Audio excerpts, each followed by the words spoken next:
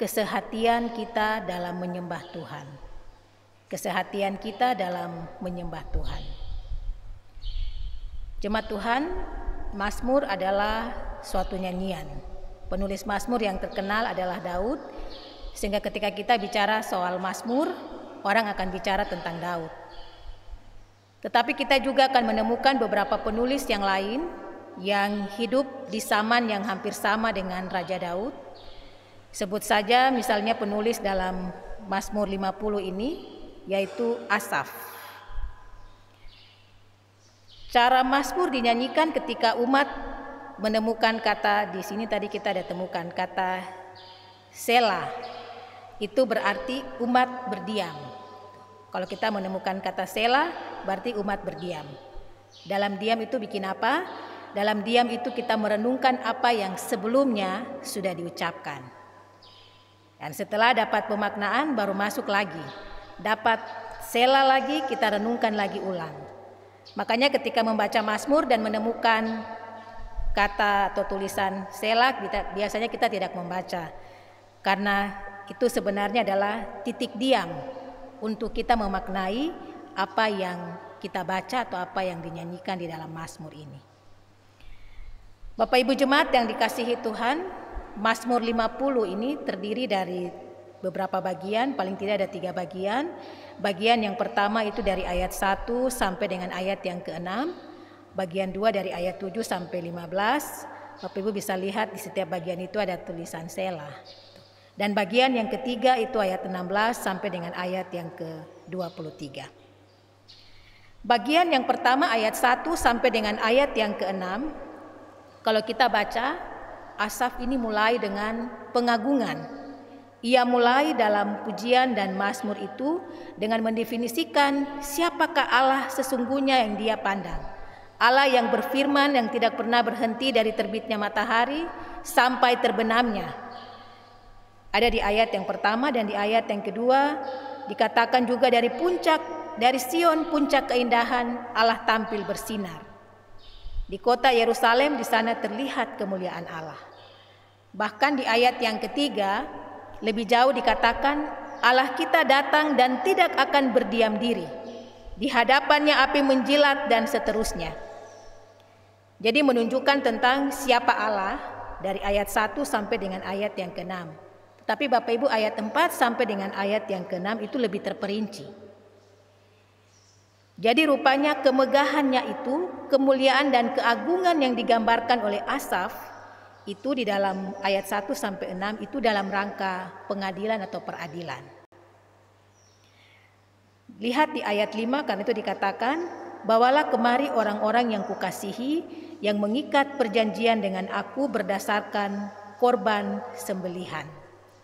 Jadi dicari bahwa umat sendiri yang kukasihi yang datang kepadaku mengikat perjanjian berdasarkan korban sembelihan. Jadi ada soal yang berarti di sini.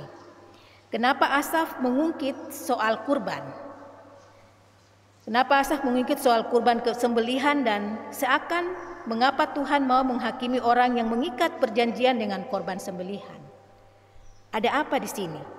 Nah, kita menemukan di bagian kedua di ayat 7 sampai dengan ayat yang ke-15, juga kemudian di ayat 16 sampai dengan ayat yang ke-27. Kenapa? Karena Israel berpikir bahwa Tuhan butuh kurban. Bahwa Tuhan bisa disenangkan dengan kurban bakaran, kurban sajian atau juga kurban sembelihan. Di ayat 8 dikatakan, bukan karena kurban sembelihanmu aku menghukum engkau, bukan karena kurban bakaranmu. Yang dipermasalahkan Tuhan bukan sekedar kurban, kan kalian rajin bawa persembahan gitu. Lalu apa yang dipermasalahkan oleh Tuhan? Nanti kita lihat di ayat 17, 18 sampai dengan ayat yang ke-19 yang tadi sudah kita baca.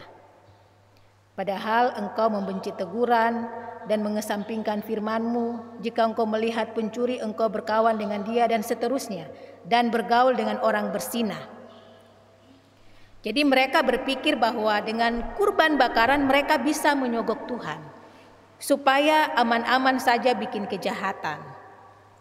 Dari jauh umat terlihat sebagai orang yang mengikat perjanjian dengan kurban sembelihan. kelihatan dalam ritual ibadah, ritual keagamaannya begitu kudus, tetapi perilaku kesehariannya kudis. Begitu luar biasa, kelihatan rohani sekali, tetapi kenyataannya sangat duniawi. Perilaku bobrok kehidupan itu terjadi. Makanya Asaf berkata, lihat Tuhan yang megah dan wow itu, dia akan datang, akan menghakimi, bawa ke sini umat yang kukasihi yang katanya hidup dengan perjanjian dengan kurban sembelihan. Itu hal yang pertama. Bapak Ibu, hal yang kedua, mau dikatakan begini, semakin bikin kesalahan dan karena tidak dapat teguran, jadi orang bikin salah tapi tidak dapat hukuman. Mungkin orang bertanya demikian, kenapa orang benar tetap susah hadapi banyak pergumulan, sedangkan orang yang jahat tetap berkibar dan baik-baik saja? Nah, kita akan temukan di ayat 19 sampai dengan ayat yang ke-21. Bikin salah, bikin dosa, jangan dikira tetap aman. Allah katakan, aku sengaja berdiam. Jadi tolong lihat di ayat 21, itulah yang engkau lakukan, tetapi aku berdiam diri. Dan ketika Tuhan seakan tidak melakukan apa-apa, berdiam diri itu mungkin sebenarnya Tuhan sedang beri kesempatan untuk orang bertobat. Karena itu ada kalimat yang menarik di sini ya. Itulah yang kau lakukan, tetapi aku berdiam diri. Makna berdiam diri berkaitan dengan kesempatan untuk bertobat. Karena selanjutnya dikatakan, lihat, manusia merasa diri hebat, seakan mereka merasa sama dengan Tuhan. Jadi tunggu saja, aku akan menghukum engkau. Tuhan mengatakan seperti itu di bagian ini. Jadi jemaat Tuhan, rupanya Asaf mau menembak perilaku kehidupan keagamaan yang tidak berbanding lurus dengan kehidupan keseharian mereka. Jadi ibadah ritual tidak sama dengan ibadah aktual. Dalam tembok gereja kelihatan sangat manis. Di dalam penyembahan mereka di bait Allah kelihatan begitu kudus. Tetapi perilaku kehidupan mereka tidak benar. Dan ini yang mau dikritik oleh pemazmur melalui pujiannya.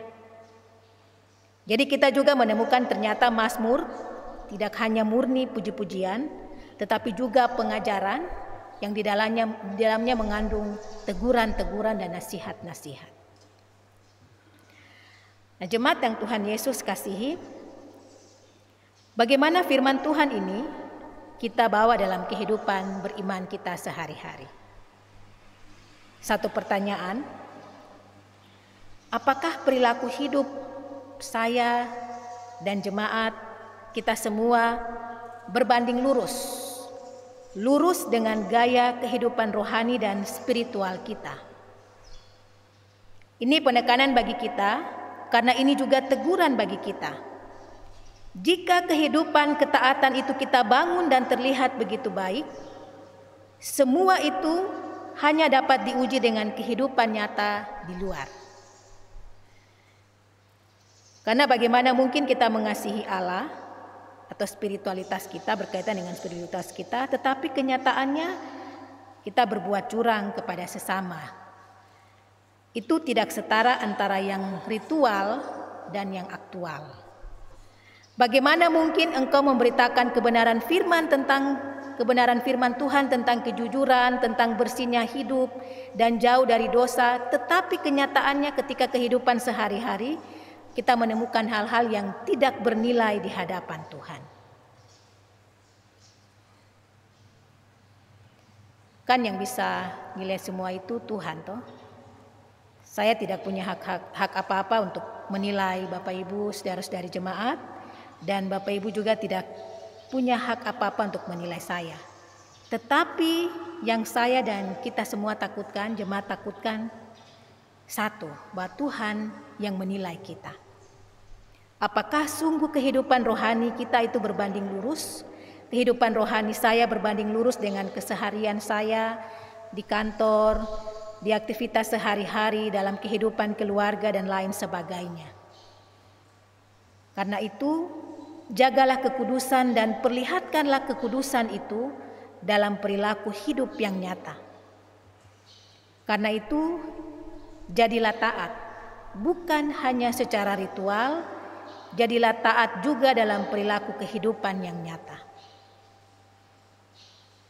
Jemaat Tuhan, kiranya ibadah ritual jemaat seperti ibadah sekarang ini berimbang dengan kenyataan aktual yang jemaat lakukan dalam kehidupan sehari-hari. Itulah ibadah yang sejati. Tuhan memberkati kita sekalian lewat firman-Nya di saat ini. Amin.